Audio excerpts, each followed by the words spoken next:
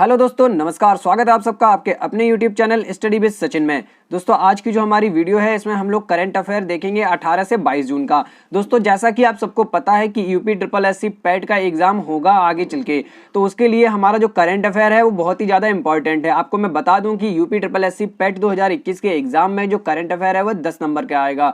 तो दोस्तों, हमें करंट अफेयर की तैयारी रेगुलर बेसिस पे करनी चाहिए। दोस्तों, हमारे चैनल पर भी आपको करंट अफेयर के डेली वीडियोज प्रोवाइड कराए जाएंगे। दोस्तों, हमारा जो आज का वीडियो है इसमें 18 जून से 22 जून तक की हम लोग करंट अफेयर देखने वाले हैं। और दोस्तों, साथ साथ अगर आपको वीडियो हमारा पसंद आता है तो इसको लाइक करिएगा, शेयर करिएगा अपने दोस्तों में। और अगर आपने हमारे चैनल को सब्सक्राइब नहीं किया है तो हमारे चैनल को सब्सक्राइब जरूर करिएगा। चलिए शुरू करते हैं हमारा आज का यह वीडियो। Let's start.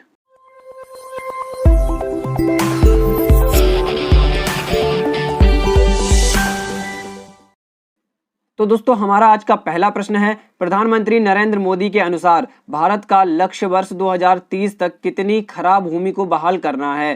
दोस्तों, हमारे पास यहाँ विकल्प दिए गए हैं 26 million hectare, 14 million hectare, 20 million hectare और 17 मिलियन हेक्टेयर। तो दोस्तों, हमारे इस प्रश्न का जो सही उत्तर है वह है 26 मिलियन हेक्टेयर। देखिए दोस्तों, इसके बारे में थोड़ा सा पढ़ लिया जाए। भारत भूमि क्षरण तटस्थता की अपनी राष्ट्रीय प्रतिबद्धता को प्राप्त करने के लिए निरंतर प्रयासरत है। प्रधानमंत्री नरेंद्र मोदी ने 14 जून 2021 को आयोजित एक वीडियो कॉन्फ्रेंस के माध्यम से संयुक्त राष्ट्र मरुस्थलीकरण, भूमि क्षरण और सूखे पर उच्च स्तरीय वार्ता में भाषण देते हुए यह कहा था। प्रधानमंत्री ने यह भी बताया कि भारत का लक्ष्य 2030 तक 26 मिलियन हेक्टेयर खराब भूमि को बहाल करना है, ताकि 2.5 से 3 बिलियन टन कार्बन डाइऑक्साइड के बराबर अतिरिक्त कार्बन कमी प्राप्त की जा सके। चलिए दोस्तों, बढ़ते हैं हमारे आज के अगले प्रश्न की ओर। दोस्तों, हमारा जो आज का अगला प्रश्न है वह है, कथित तौर पर डेल्टा कोविड-19 वेरिएंट के खिलाफ कौन सा टीका अधिक प्रभावी है। दोस्तों, विकल्प है हमारे पास कोवैक्सीन, फाइजर, स्पुतनिक वी और कोविशील्ड। देखिए दोस्तों, इस प्रश्न का जो सही उत्तर है वह है स्पुतनिक वी। रूसी प्रत्यक्ष निवेश कोष ने 15 जून 2021 को यह कहा कि इसका रूसी स्पुतनिक बी कोविड-19 वैक्सीन अब तक किसी भी अन्य वैक्सीन की तुलना में वायरस के डेल्टा वेरिएंट के खिलाफ अधिक सक्षम है। यह डेल्टा वेरिएंट, जिसे पहली बार भारत में पहचाना गया, विश्व स्वास्थ्य संगठन WHO द्वारा चौथे वेरिएंट ऑफ कंसर्न के तौर पर सूचीबद्ध किया गया है। ऐसा माना जा रहा है कि भारत में घातक दूसरी लहर सहित कई देशों में कोविड-19 संक्रमणों का पुनरुत्थान हुआ था।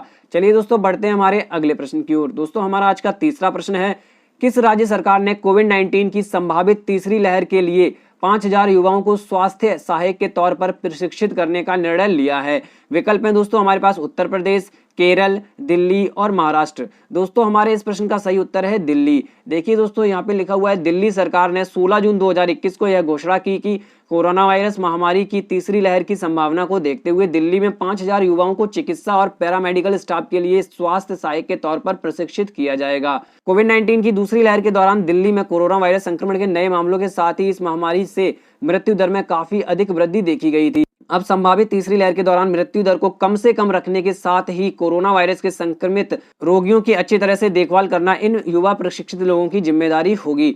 चलिए दोस्तों, बढ़ते हैं हमारे आज के चौथे प्रश्न की ओर। दोस्तों, हमारा आज का चौथा प्रश्न है, किस राज्य ने भारत रत्न के समान वार्षिक पुरस्कारों की अपनी श्रृंखला स्थापित करने का निर्णय लिया है। दोस्तों, विकल्प है मध्य प्रदेश, असम, गुजरात और पश्चिम बंगाल। दोस्तों, हमारे इस प्रश्न का जो सही उत्तर है वह है असम। देखिए दोस्तों, यहाँ लिखा हुआ है, असम सरकार ने भारत रत्न और पद्म पुरस्कारों के समान वार्षिक पुरस्कारों की अपनी श्रृंखला शुरू करने का निर्णय लिया है, जिसमें पुरस्कार विजेताओं के लिए विभिन्न लाभ भी शामिल होंगे। असम द्वारा अपने नागरिक पुरस्कार शुरू करने का निर्णय 8 जून 2021 को राज्य मंत्रिमंडल की बैठक में लिया गया था, जिसकी अध्यक्षता असम के मुख्यमंत्री हेमंत बिस्वा शर्मा ने की थी। भारत सरकार ये भारत रत्न और पद्म पुरस्कार विशेष उपलब्धि हासिल करने पर या फिर विशिष्ट व्यक्तियों को समाज और देश में किसी भी क्षेत्र में उनके विशेष योगदान के लिए प्रदान किया जाता है। ठीक है दोस्तों, बढ़ते हैं हमारे आज के अगले प्रश्न की ओर। दोस्तों, हमारा आज का जो अगला प्रश्न है, उत्तर प्रदेश जिला पंचायत अध्यक्ष का चुनाव कब होगा। 25 जून, 30 जून, 3 जुलाई, 5 जुलाई। देखिए दोस्तों, हमारा जो इस प्रश्न का सही उत्तर है वह है 3 जुलाई। उत्तर प्रदेश के राज्य चुनाव आयोग ने 15 जून 2021 को यह घोषणा की कि जिला पंचायत अध्यक्षों के चुनाव के लिए मतदान 3 जुलाई 2021 को होगा। इस राज्य में जिला पंचायत अध्यक्ष के कुल 75 पद हैं। अनुसूचित जाति के लिए 16 पद आरक्षित हैं, जिसमें से महिलाओं के लिए 6 आरक्षित हैं।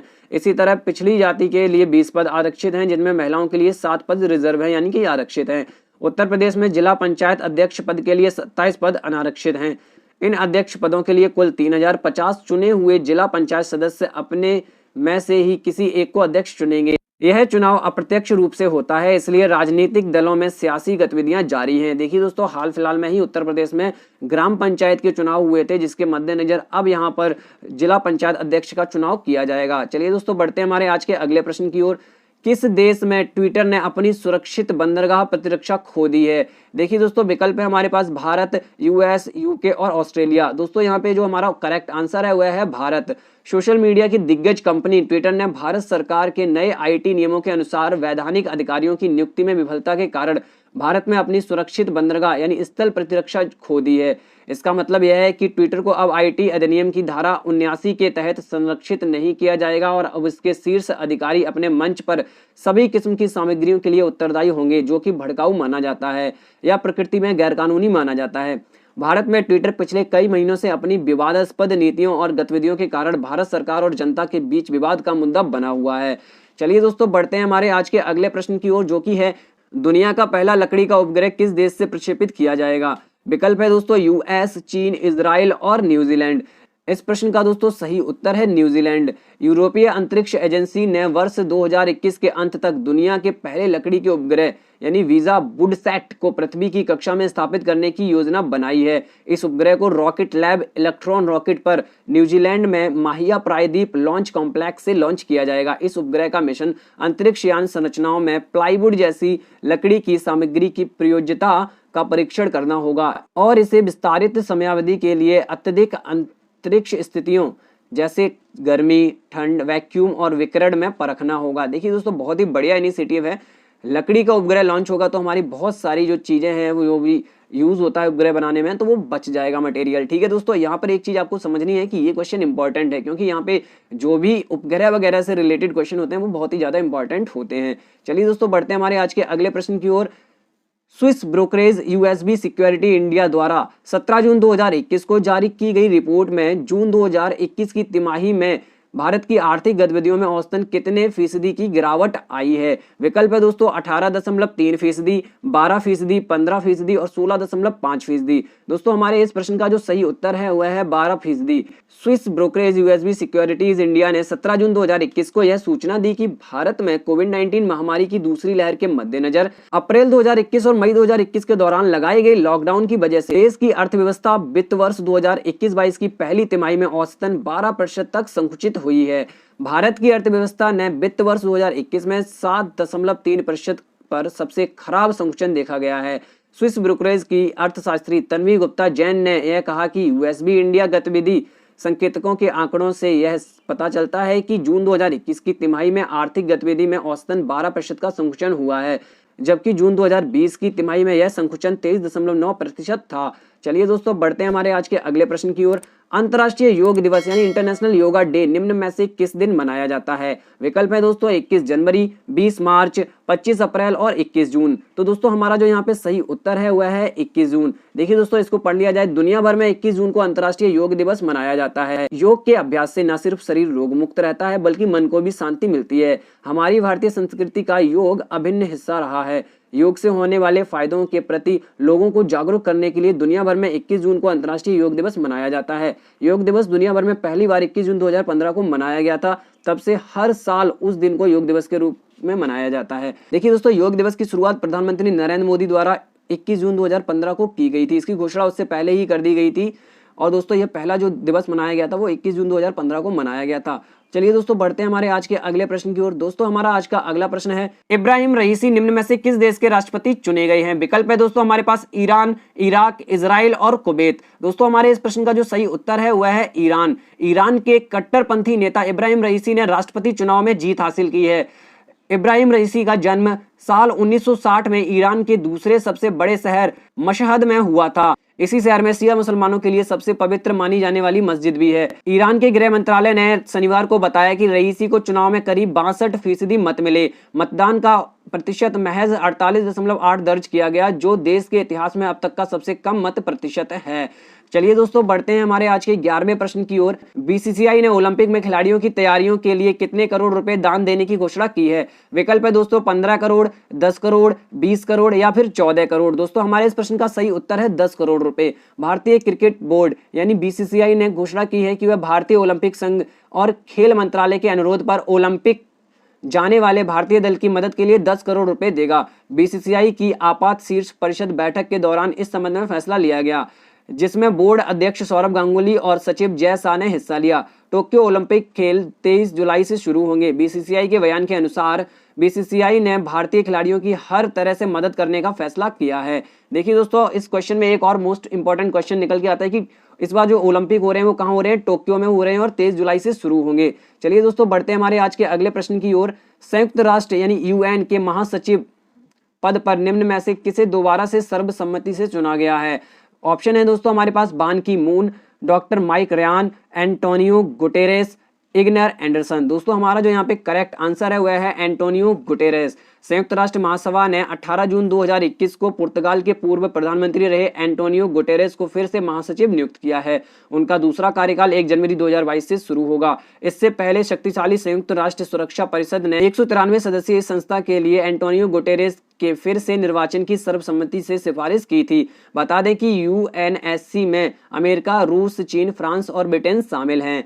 चलिए दोस्तों, बढ़ते हैं हमारे आज के अगले प्रश्न की ओर। तो दोस्तों हमारा आज का अगला प्रश्न है, निम्न में कौन सी महिला खिलाड़ी टेस्ट मैच की दोनों पारियों में अर्धशतक बनाने वाली पहली भारतीय एवं दुनिया की चौथी बल्लेबाज बन गई हैं? विकल्प दोस्तों हमारे पास है स्मृति मंधाना, मिताली राज, हरमनप्रीत कौर, शेफाली वर्मा। दोस्तों हमारे इस प्रश्न का जो सही उत्तर है वह है शेफाली वर्मा।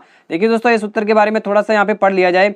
भारतीय महिला बल्लेबाज शेफाली वर्मा ने इंग्लैंड के खिलाफ चल रहे एकमात्र टेस्ट मैच में इतिहास रच दिया।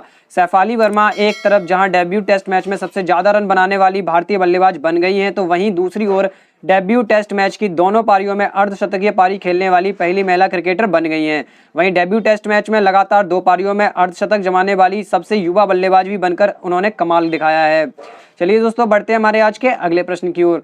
दोस्तों हमारा आज का अगला प्रश्न है, कनाडा के प्रधानमंत्री जस्टिन ट्रूडो ने देश के सुप्रीम कोर्ट में पहले किस अश्वेत व्यक्ति और भारतवंशी को जज के रूप में नामित किया है? विकल्प हैं दोस्तों हमारे महमूद जमाल, राहुल सचदेवा, विजय शंकर और श्रीनिवासन। देखिए दोस्तों, जो हमारा करेक्ट आंसर है इस क्वेश्चन का वह है महमूद जमाल। देखिए दोस्तों, भारतीय मूल के न्यायाधीश महमूद जमाल ने इतिहास रच दिया। जमाल को कनाडा के उच्चतम न्यायालय में नामित किया गया है। इसके साथ ही वह देश के शीर्ष न्यायालय में नामित होने वाले प्रथम अश्वेत न्यायाधीश हो गए हैं। प्रधानमंत्री जस्टिन ट्रूडो ने हाल ही में न्यायमूर्ति जमाल को उच्चतम न्यायालय में नामित किए जाने की घोषणा की है। चलिए दोस्तों, बढ़ते हैं हमारे आज के अगले प्रश्न की ओर। दोस्तों हमारा आज का अगला प्रश्न है, हाल ही में किस अफ्रीकी देश में 1098 कैरेट के दुनिया के तीसरे सबसे बड़े डायमंड की खोज की गई? दोस्तों हमारे यहाँ विकल्प दिए गए घाना, बोत्सवाना, केन्या और अल्जीरिया। दोस्तों हमारे इस प्रश्न का जो सही उत्तर है वह है बोत्सवाना। इसको भी थोड़ा सा पढ़ लिया जाए। हाल ही में अफ्रीकी देश बोत्सवाना में 1098 कैरेट के दुनिया के तीसरे सबसे बड़े डायमंड की खोज की गई है। बोत्सवाना की देवस्वाना डायमंड कंपनी द्वारा खोजा गया यह डायमंड वर्ष 1905 में दक्षिण अफ्रीका में खोजे गए 3106 कैरेट कलिनन डायमंड और वर्ष 2015 में बोत्सवाना में ही खोजे गए 1109 कैरेट लेसेडी ला रोना डायमंड के बाद दुनिया का तीसरे सबसे बड़ा डायमंड है। चलिए दोस्तों, बढ़ते हैं हमारे आज के अगले प्रश्न की ओर। दोस्तों हमारा आज का अगला प्रश्न है, विश्व शरणार्थी दिवस यानी कि वर्ल्ड रिफ्यूजी डे निम्न में से किस दिन मनाया जाता है? विकल्प हैं दोस्तों हमारे पास 10 जनवरी, 12 मार्च, 20 जून और 20 अप्रैल। दोस्तों हमारे इस प्रश्न का जो सही उत्तर है वह है 20 जून। विश्व भर के शरणार्थियों की शक्ति और दृढ़ निश्चय एवं उनके प्रति सम्मान को स्वीकृति देने के लिए संयुक्त राष्ट्र द्वारा प्रतिवर्ष 20 जून को विश्व शरणार्थी दिवस यानी वर्ल्ड रिफ्यूजी डे आयोजित किया जाता है। इस दिवस के आयोजन का प्राथमिक उद्देश्य विश्व भर में आम जनमानस के बीच शरणार्थियों की स्थिति के प्रति जागरूकता बढ़ाना है। यह दिवस मुख्यतः उन लोगों के प्रति समर्पित है जिन्हें प्रताड़ना, संघर्ष और हिंसा की चुनौतियों के कारण अपना देश छोड़कर बाहर भागने के लिए मजबूर होना पड़ता है। चलिए दोस्तों, बढ़ते हैं हमारे आज के अगले प्रश्न की ओर। दोस्तों हमारा आज का अगला प्रश्न है, सतत विकास रिपोर्ट 2021 में भारत किस स्थान पर रहा? देखिए दोस्तों, विकल्प दिए गए हैं 96, 120, 80, 55। तो हमें भारत की रैंकिंग बतानी है सस्टेनेबल डेवलपमेंट रिपोर्ट के जो सस्टेनेबल डेवलपमेंट रिपोर्ट है 2021 की, उसके अंतर्गत भारत की क्या रैंक आई है वो बतानी है। तो दोस्तों हमारा जो यहाँ पे करेक्ट आंसर है वह है 120, यानी कि सस्टेनेबल डेवलपमेंट रिपोर्ट 2021 में भारत का जो रैंकिंग है वह 120 है, 120 है। सतत विकास रिपोर्ट यानी सस्टेनेबल डेवलपमेंट रिपोर्ट 2021 के 6ठे संस्करण यानी एडिशन में भारत को 165 देशों में से 120वें स्थान पर रखा गया है। जिसमें देश का स्कोर 60.1 था। फिनलैंड 85.90 के स्कोर के साथ रैंकिंग में सबसे ऊपर है। उसके बाद 85.61 स्कोर के साथ स्वीडन, और उसके बाद डेनमार्क को 84.86 स्कोर, जर्मनी को 82.48 स्कोर और बेल्जियम को स्कोर मिला है 82.19।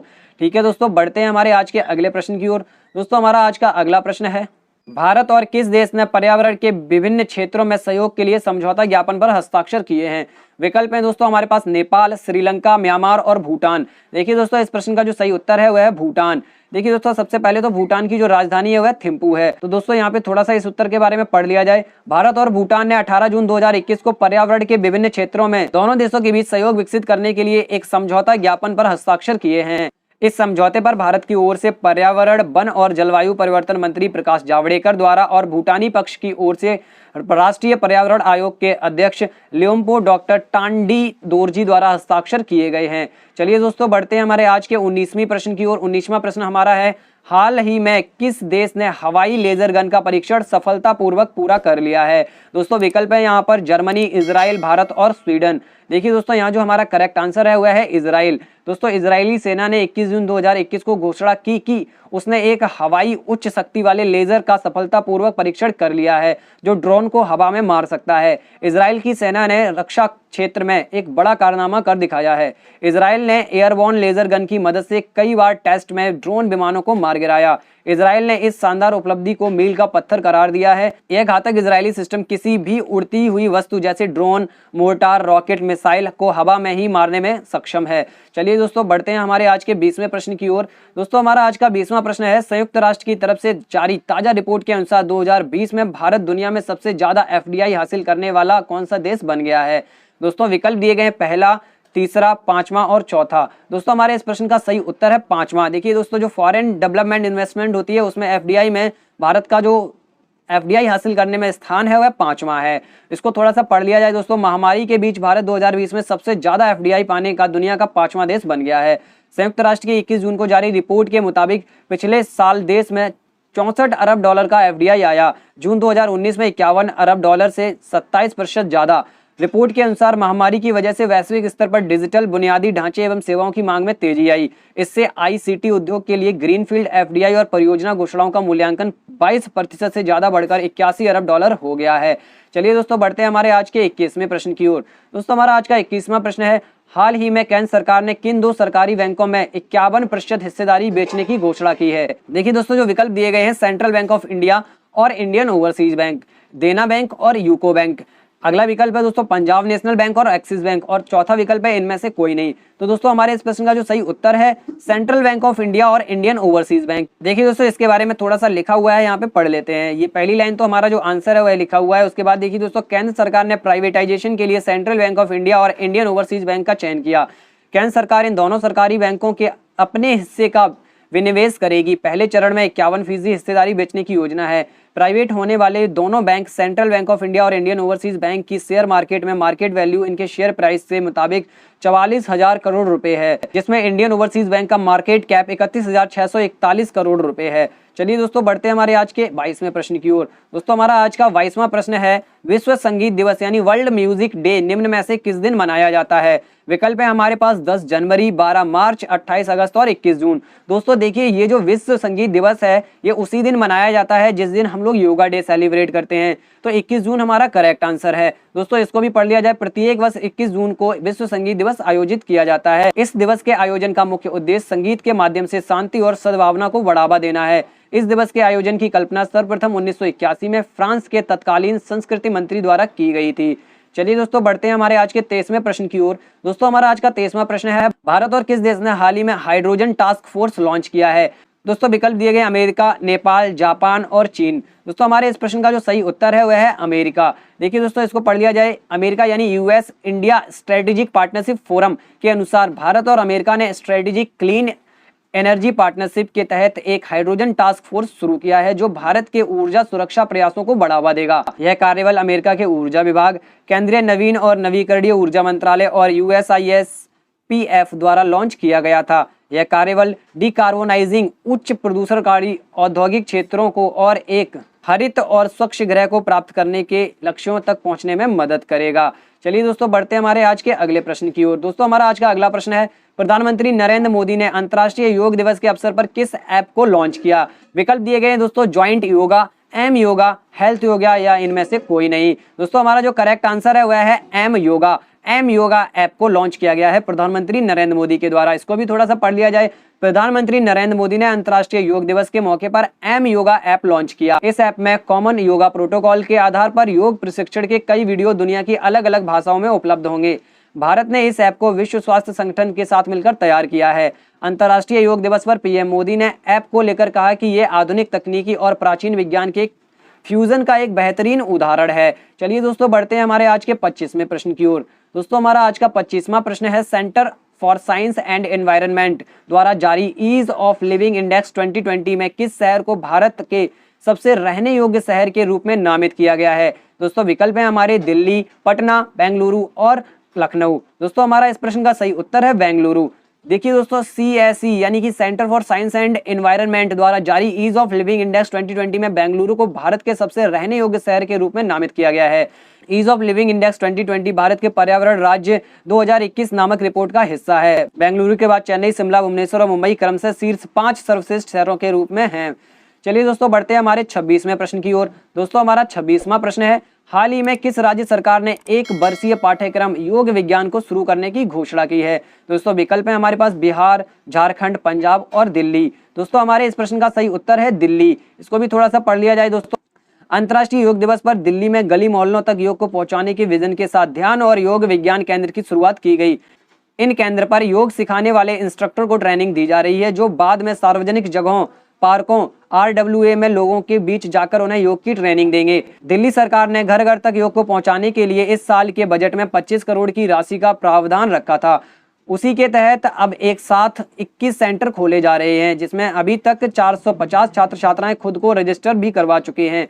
चलिए दोस्तों बढ़ते हैं हमारे आज के आखिरी प्रश्न की ओर। दोस्तों हमारा आज का आखिरी प्रश्न है, वैश्विक शांति सूचकांक के 15वें संस्करण में 163 देशों की सूची में किस देश को दुनिया का सबसे शांतिप्रिय देश घोषित किया गया है? दोस्तों यहाँ पर जो हमारे जो विकल्प दिए गए हैं उनमें नेपाल, आइलैंड, भारत और चीन आता है। देखिए दोस्तों यहाँ पे जो करेक्ट आंसर है वह है आइसलैंड। देखिए दोस्तों यहाँ पे थोड़ा सा पढ़ लिया जाए। वैश्विक शांति सूचकांक के 15वें संस्करण में 163 देशों की सूची में आइसलैंड को दुनिया का सबसे शांतिप्रिय देश घोषित किया गया है। यह इस सूचकांक का 15वां संस्करण है। वर्ष 2021 के इस सूचकांक में विश्व के 163 स्वतंत्र देशों क्षेत्रों को उनको शांति के स्तर के अनुसार रैंकिंग प्रदान की गई। इस सूचकांक में भारत को 135वां स्थान प्राप्त हुआ है। चलिए दोस्तों हमारे आज के प्रश्न यहीं समाप्त होते हैं। आप लोगों के लिए ये वाला जो प्रश्न दिख रहा है ये एक होमवर्क है, इसका उत्तर कमेंट बॉक्स में जरूर दें। और दोस्तों आपको हमारे प्रश्न कैसे लगे ये भी कमेंट बॉक्स में जरूर बताएं। अगर आपको हमारे प्रश्न अच्छे लगे हो तो हमारी वीडियो को लाइक करें और शेयर करें और हमारे चैनल को सब्सक्राइब करें। वीडियो देखने के लिए आप सबका बहुत बहुत धन्यवाद। मिलते हैं अगली वीडियो के साथ, तब तक के लिए नमस्कार, बाय बाय, जय हिंद।